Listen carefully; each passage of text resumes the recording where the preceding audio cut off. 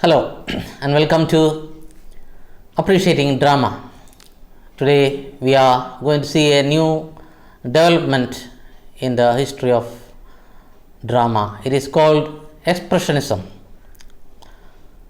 In Malayalam, how do we translate that? അത് ആന്തരിക ജീവിതത്തിൽ അല്ലെങ്കിൽ വൈകാരിക അനുഭവങ്ങളിൽ ശ്രദ്ധ ഊന്നുന്ന സാഹിത്യ കലാപ്രസ്ഥാനം. So it is more of a try and concentrate on the inner life of human beings or the feelings or emotions. That is the meaning of Expressionism. Expressionism is a modernist movement in drama and theatre that developed in Europe, principally Germany, in the early decades of the 20th century and later in the United States. So it originated in Europe, mainly in Germany, and then it also started in the United States of America. It forms part of the broader movement of Expressionism in the arts. So Expressionism was found in all the arts, not only in drama. It would have been kind of music, painting, all that. Expressionism was a dominant influence on early 20th century German theatre, of which Georg Kaiser and Ernst Toller were the most famous playwrights. Other notable expressionist dramatists included Reinhard Sorge, Walter Hasenglover, Hans Henny Jahn, and Arnold Brunnen. So these are the German playwrights because it started in Germany. Important precursors were the Swedish playwright August Strindberg and German actor and dramatist Frank Wedekind. So these were the forerunners, those who started this Expressionism.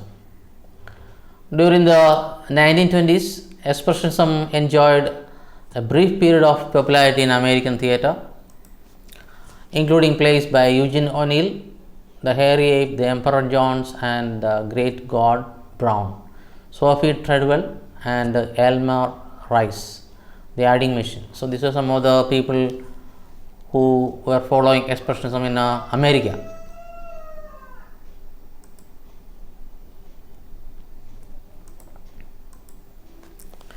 Expressionist plays often dramatize the spiritual awakening and sufferings of their protagonists.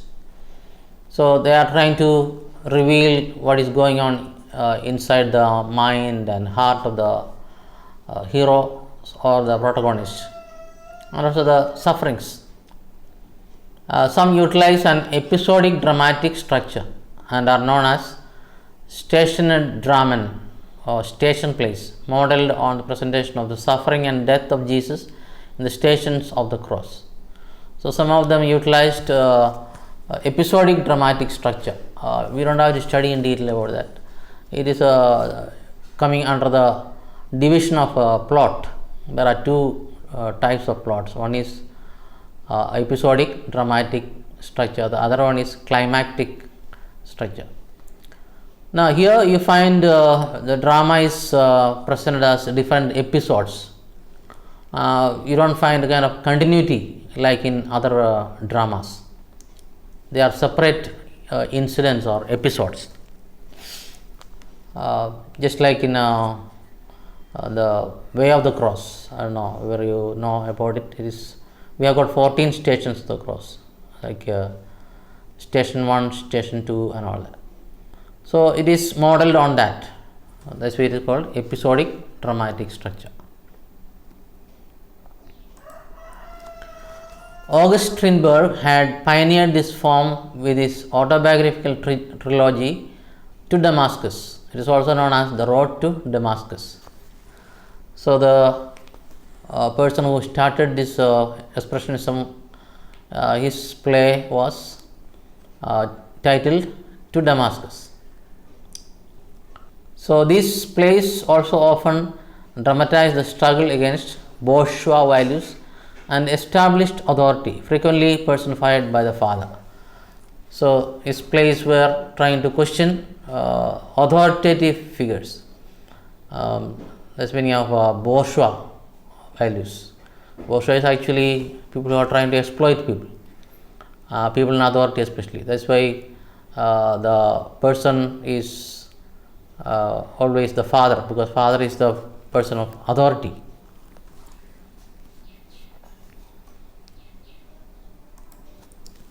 In August the beggar, there's a German word for the beggar, der Bettler. For example, the young hero's mentally ill father raves about the prospect of mining the riches of Mars and is finally poisoned by his son. So the plot of the beggar is that the young hero's father is talking madly about mining in Mars. At the end, his son is killing him. And in Brunen's parricide, that is patricide actually, that's German. Watermord again, meaning of killing the father. His son stabs his tyrannical father to death, only to have to fend off the frenzied sexual overtures of his mother. So in this play also you find the father-son conflict, where the son is stabbing his authoritative father figure, and later on faces the mother when she approaches him in a bad manner.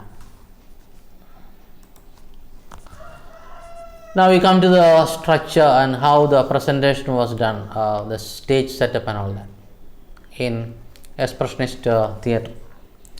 So here you find lighting was often stark, illuminating key areas of the stage space, and they would deliberately use shadows.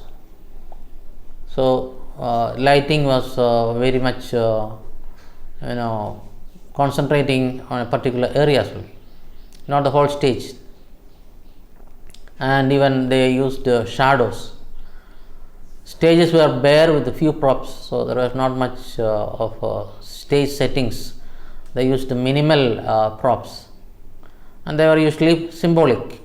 So Expressionism relied mostly on symbols, also symbolic representations were there, and only settings essential to the play's theme were used.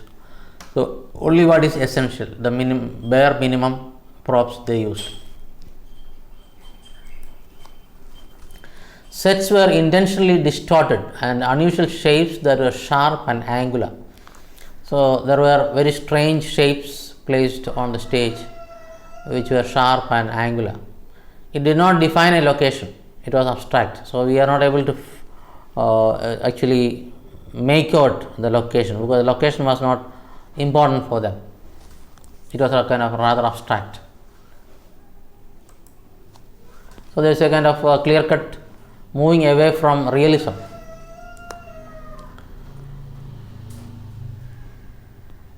Now we are going to see the characteristics and techniques. Particular characteristics and techniques became associated with the early Expressionist play. So we are going to see them. 1. Its atmosphere was often vividly dreamlike and nightmarish. So the setting on the stage was almost like dream, not realistic. The mood was aided by shadowy, unrealistic lighting and visual distortions in the set. So the lighting was very scary sometimes, using a lot of shadows, not at all realistic. There are visual distortions. Distortion means not showing what is real, turning away actually. A characteristic use of pause and silence, carefully placed in counterpoint with speech and held for an abnormal length of time, also contributed to the dream effect. So in order to bring the dream effect, they used silence, pause and all that in between dialogues.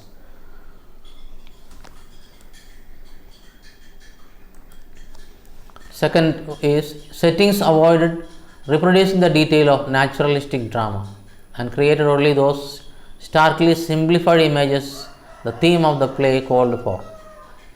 So they used the bare minimum or minimal settings on the stage, unlike the naturalistic drama or realistic drama. Only what is essential they used. The decor was often made up of bizarre shapes and sensational colors. Bizarre means very strange, Vijitramaya shape. Sensational means very attractive. Now coming to the plot and structure of the play. It tended to be disjointed and broken into episodes. So there was no kind of natural flow. It's not that one scene followed by another. It was kind of compartmentalized, not joined together. This is called episodes. One event is happening and then we go to the second event, like that. And incidents and tableau. Tableau means Nischala Drishyam. Each making a point of its own. So the drama was not actually a kind of continuous flow. It was kind of divided into episodes or incidents. Instead of the dramatic conflict of the well-made play, the emphasis was on a sequence of dramatic statements made by the dreamer, usually the author himself. So the emphasis or stress was not on sequence of events or the dramatic conflict of the protagonist, but here the statements made by the author was more important. That means the author or the playwright was trying to convey a kind of message. So his statements or his message was more important. So usually the dreamer is the one who is giving the message. So from this structure grew Brecht's epic theatre. So one follows the other. So from realism we are coming to expressionism, and after expressionism we go to epic theatre. That will be dealt with in the next class. The characters lost their individuality and were merely identified by nameless designations, like the man, the father, the son. So here you find characters were not actually individuals. They lost their individuality or personality. They represented a kind of class sometimes, like the man or the father figure or the son. So it is representing a kind of designation. They don't have names actually. Such characteristics were stereotypes and caricatures rather than individual personalities, and represented social groups rather than particular people. So the characters actually lost their individuality. They represented caricatures or even stereotypes. That means we could easily make out the characters. They represented a kind of group rather than a particular person. They could appear grotesque and unreal. So these characters would appear very strange, not very natural. Coming to the dialogue, unlike the conversation, dialogue was poetical, febrile, rhapsodic. Febrile means actually very excited or nervous, and rhapsodic means emotional. Kind of Vaigarika Prasangam, rhapsody. So the dialogue was very emotional, sometimes poetical, nervous and all that, or excited. At one time it might take the form of a long lyrical monologue. Monologue means not dialogue, one person talking all the time, and at another of staccato telegraphies. So the meaning is given there. Staccato telegraphies means made up of phrases of one or two words or expletives.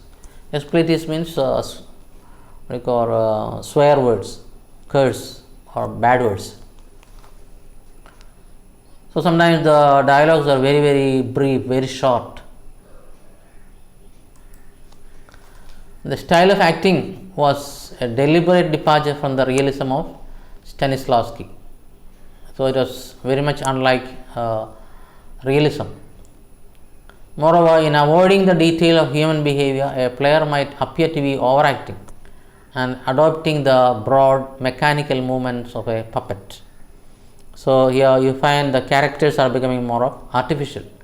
They lose their natural acting. They become almost like mechanical puppets. The expressionist drama focused on the description of the subjective experiences and experiences of the main character. So, here drama is focusing on the experience of that main character, his subjective experiences, what is happening inside his mind, or of internal conflict. Often an alter ego of the author himself. So, usually the protagonist is actually representing the playwright himself. So, through the protagonist, the playwright is trying to give his message. That's why it's called the alter ego of the author or playwright. Alter ego means actually a person who is representing another person, almost like a duplicate.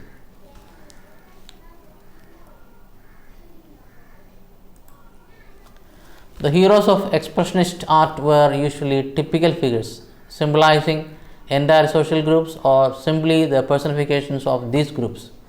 So, this character is not representing a person, but actually a group. They are more of symbolic. In this way, the arts focused on the psychology of the masses, not individuals. So, here the playwright is trying to present a group as such through the character. That's why it is called the psychology of the masses. Masses means ordinary people, not of individuals. Dialogue was characterized by a rotten style filled with slogans and exclamations. Here, rotten means in a kind of bad style. There were slogans, shouting, exclamations, and all that. That means it's not a realistic dialogue as you find in other dramas.